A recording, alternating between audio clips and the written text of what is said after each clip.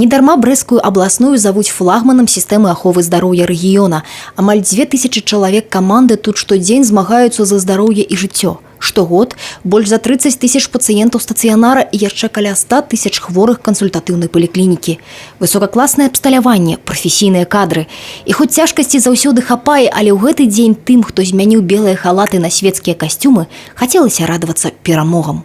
Вообще мы настроены на победу в любом случае. И самое главное, что у нас уже есть задел сегодня для того, чтобы мы развивались завтра.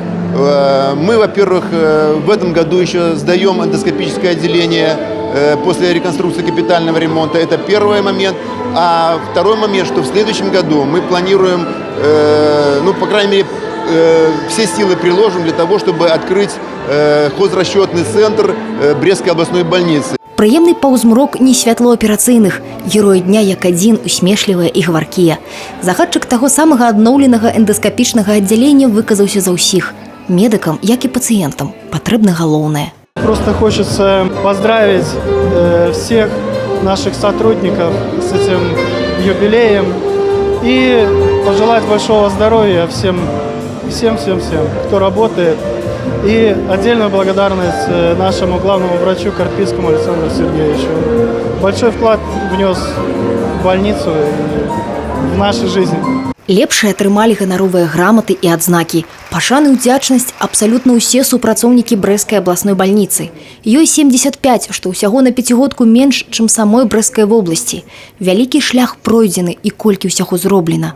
Падкрэсліў гэта і міністр аховы здароўя, чые словы перадаў яго намеснік. Брестская областная больница первой из регионов республики создала отделение трансплантации и координации забора органов и тканей. И первой среди регионов провела операции по трансплантации почек.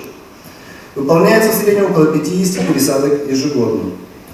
Впервые в Республике Беларусь произвела замещение дефекта легочной артерии графтом.